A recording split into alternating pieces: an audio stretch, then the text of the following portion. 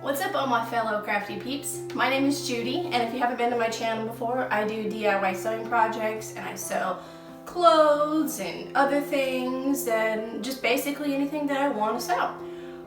So for this week's video, I actually will show you guys how I made this dress that I'm wearing. So I got this beautiful fabric for my birthday, wanted to turn it into a dress, and now I'm going to show you guys how. So let's go! To make this flowy midi dress, I started with 2 yards of this beautiful double brushed polyester fabric that I got at Joann's. You will also need a yard of 1/2 inch elastic and some ribbon to match your fabric for the waist tie. To start, I folded the outside edges in so that the selvages met in the center of the fabric. I wanted the top part of the dress to be like this drapey striped shirt that I have, so I used that as the basis for drawing my pattern. But you could use any fitted t-shirt and give yourself the basis for your pattern. You'll just need to extend it outwards to look like mine. I folded the shirt in half on the center and then lined that up with one of the folds of my fabric. I traced around it at a 1/2 inch seam allowance on the shoulders and the armpit areas. I didn't put a seam allowance on the armhole or the neck hole because I wouldn't be cutting that. Once I got about 1 inch or 2 down in the armpit area, I then drew a straight line out at an angle until I met the selvages that were in the middle, which you can't exactly see me do because I went off camera. My bad. Before I started cutting anything out, I made sure to pin the 2 folded sides together, and you'll see why in a minute. Then I carefully cut it out using my rotary cutter, but you could use your regular scissors to do that as well.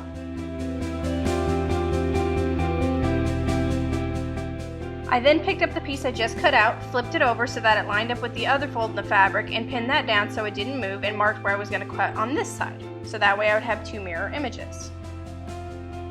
I used my shirt again at this point to make sure the back neckline was cut at the right area because it would be higher than the front neckline that I cut. So now I unpinned the first piece that I cut out and then cut out the second piece of fabric using my rotary cutter once again.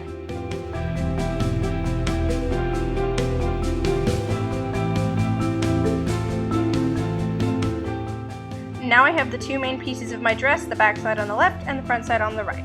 I then carefully matched up the 2 sides, which should be fairly easy because they should be mirror images, and I pinned all the sides together. You don't have to pin your armholes, neck hole, or the bottom because you won't be sewing those parts. Side note, I am using my serger to sew a lot of these pieces together. If you don't have a serger, that's okay. You will just need to sew using a zigzag stitch or some other stitch that can stretch and with a ballpoint needle on your sewing machine. I then sewed the shoulder seams with my serger at a 1/2 inch seam allowance and sewed the 2 sides of my dress at a 1/2 inch seam allowance. If I were you, I would probably start by sewing at a 1/4 inch seam allowance on the sides and then try it on to see if you want to take it in more. I wish I had done that because I would have liked the skirt part of the dress to be more flowy, but oh well. Now you want to try on your dress and tie your 1/2 inch elastic around your waist so you can see where you're going to want the elastic to sit. Then mark that spot. I used some safety pins to mark where I wanted mine to be. Time for the waist casing. You will need a long piece of fabric that is 1 1/4 inches high. The tutorial I followed said it needed to be 50 inches long, but I cut a bunch of that off because I didn't need it. I would start long and then cut off what you need instead of vice versa. Take this piece of fabric and fold over the top and bottom ends a 1/4 inch and then iron it down. Then you're going to pin it on your dress where you marked where you wanted your elastic to go. Make sure when you're pinning it that you don't pin through both layers of fabric because then you won't be able to sew the casing down. Sew the casing onto the dress using a straight stitch and slightly stretch your fabric as you're doing this. I sewed 1/8 of an inch from each edge of the casing, and that made it pretty difficult for me to get my elastic in there, so I would highly recommend you sew as close to the edge of the casing as you can get just to save you the headache I had to suffer trying to shimmy that elastic in, and I think I spent like 20 minutes doing that. Now for the elastic and the ribbon. Remember, your elastic needs to be 1 yard long to start off with, and then your ribbon, I cut 2 pieces of ribbon at about 12 or 16 inches, I can't quite remember, and then you can always cut it short if you need to. I then heated the ends of the ribbon and the elastic with a lighter to prevent either from fraying at any point. Ignore the ridiculous amount of bruises on my legs. I moved all my stuff out of my old classroom last week and I carried a lot of heavy totes that were smacking against my legs. I promise I'm okay. Next, I overlapped a piece of ribbon about 1 inch on each end of the elastic and zigzag stitched them together so that the ribbon wouldn't rip off the elastic when I pulled on it. Also make sure before you do this to cut down your elastic to fit you. You want it short enough that it barely won't stick out of the waist casing that you sewed on. You only want to see the ribbon when you're done. And here's me struggling to get it into the casing. I would recommend attaching a safety pin to one end to help you get it through the casing, and here's what it should look like when you're done. Alright, neckband time. To figure out your measurements for your neckband, measure how long it is around the neck hole and then multiply that number by 0.85. The height is up to you. The tutorial I was following said to make it 1 3/4 inches tall, but if I could go back, I would make it slightly shorter because it ended up looking chunky to me. You're going to fold that piece in half, or the wrong sides together, and sew the cut ends together like I am doing on my serger right here. And then you're going to iron the wrong sides together so you have a nice round band to attach to your dress. Okay, so attaching the neckband to the neck pole is kind of annoying, fair warning. You're going to want to lay your dress so that the shoulder seams match up, so that way you know where your center front and your center back of your dress are. You're going to pin the seam of your neckband that you sewed to the center back, and then the folded part to the center front. Make sure the neckband is on the outside of the dress, so the dress kind of tucked into it, I guess, and make sure the raw edges are lined up.